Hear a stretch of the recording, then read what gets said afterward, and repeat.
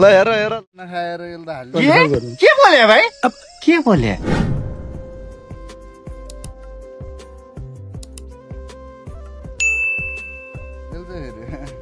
के खाना खायो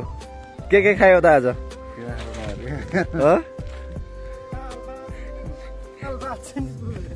ए काममा हो काममा हो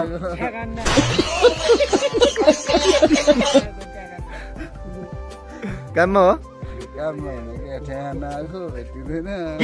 के बोले भाइ के बोले के बोले के छ थाहा बोले हो र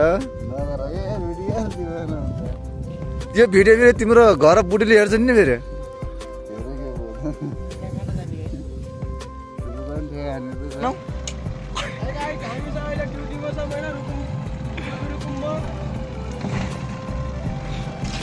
अनि काकाले के भन